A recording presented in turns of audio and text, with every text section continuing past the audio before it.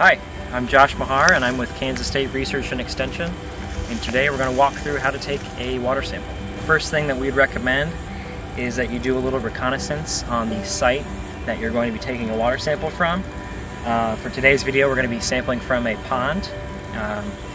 So make sure that there wasn't any heavy rainfall the night before, make sure there's not mud, or we don't want you to fall in the water or get stuck. So second step would be to fill out your submission form, whatever water testing lab you're doing your samples with. Make sure you get a form that you can give them your contact information and identify where the sample was taken. We could be taking multiple samples from this pond, so you want to make sure that the sample matches up with what's on the form, and also make sure you label your water bottle. So we have pond on our bottle here. It's very important that before you take the sample you wash your hands with soap and water. If you do have gloves, wear them.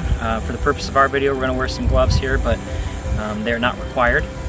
And since we are doing a pond water sample, it's important that you get about 10 feet from the bank to actually get a representative sample of what the pond water is. We don't want stuff on the bank here. As you can see, we have some algae and some other sediment that's washed up here on the bank.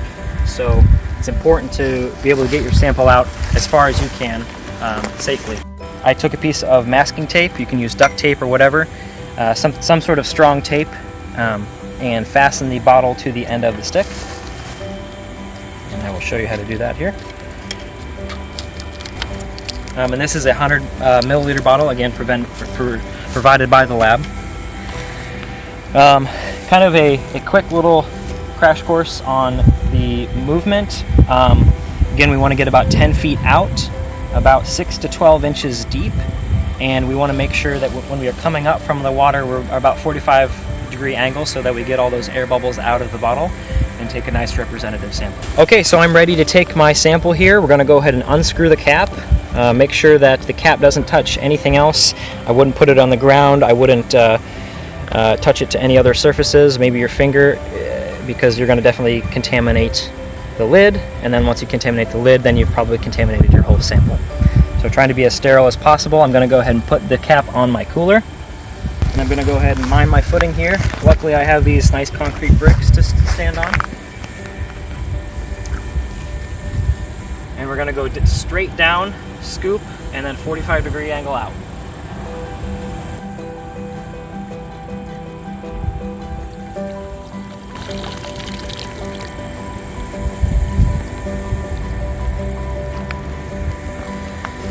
So for our lab we need about 100 milliliters, and there's a little 100 milliliter hashtag right here, or indicator.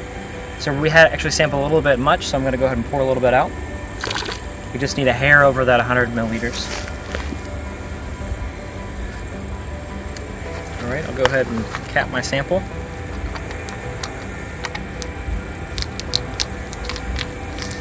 And then I will take it off of my pool stick. And then we recommend that you make sure that the cap is definitely screwed on tight. Throw the actual bottle in with a plastic bag so that there's no water going in or out of this bag, kind of a secondary containment.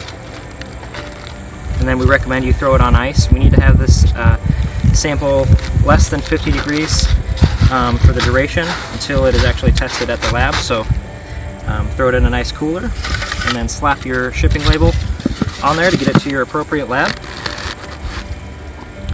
And there you have it. From all of us here at Kansas State Research and Extension, we thank you for your time.